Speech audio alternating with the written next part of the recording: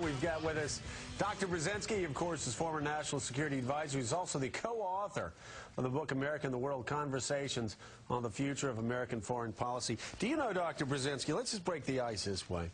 Do you know that your daughter has been seen on the Acela train from New York to Washington wearing a sweatshirt that says stunningly superficial? Was that sort of confessional? I think, well, wait a second. I never thought about it. Did you buy that T-shirt for her? I'd be confessional if I wore it. We've been talking about the disappearance of the middle class, something you've been concerned about, but you also talk about the possibility of class conflict. Yeah, I've been sort of worrying about it because, look, we're going to have millions and millions of unemployed, people really facing dire straits. And we're going to be having that for some period of time before things hopefully improve.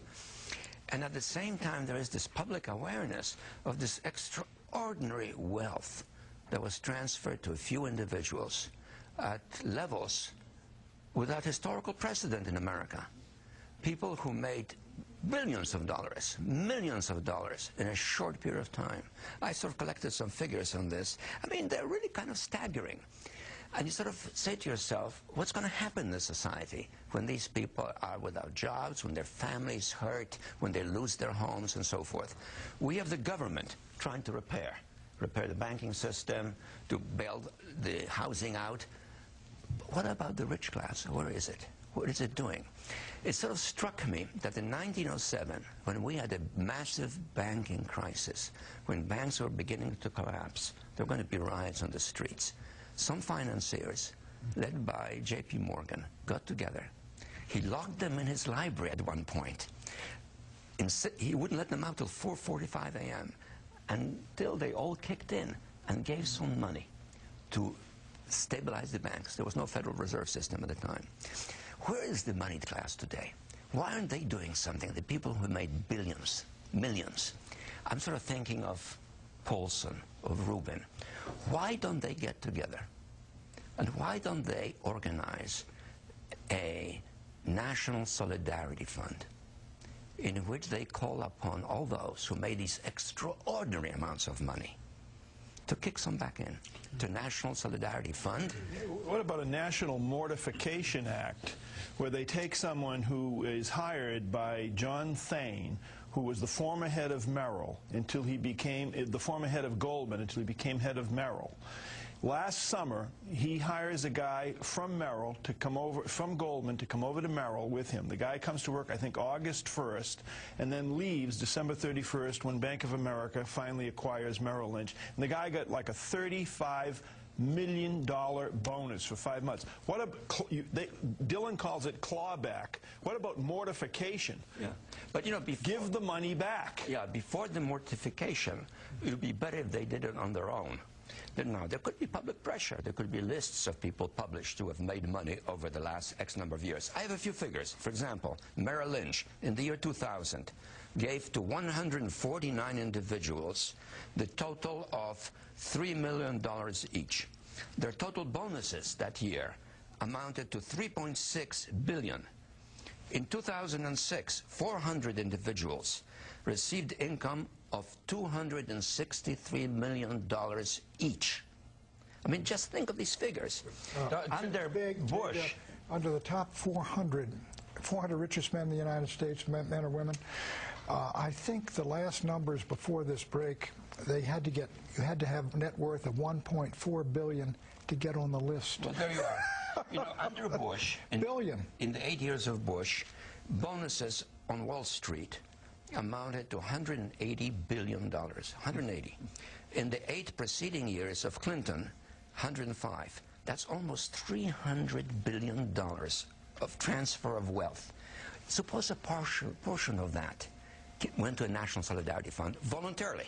If we had prominent people like Rubin, Paulson organizing this, maybe we ought to mortify them a little bit, but why don't they do it to prevent class conflict in society? Jeffrey Sachs was on our show 6 months ago, and he said that if you look at the bonuses that were paid out in 2007 to people that worked on Wall Street, those bonuses accounted for more money than aid we gave to the entire continent of Africa. Yeah. Over $30 billion. Absolutely. In bonuses. Yeah. Not salaries, had bonuses at the end of the year, Pat. Difference is, yeah, you know, the difference is between the J.P. Morgan walking into the New York Stock Exchange and the robber barons and those guys.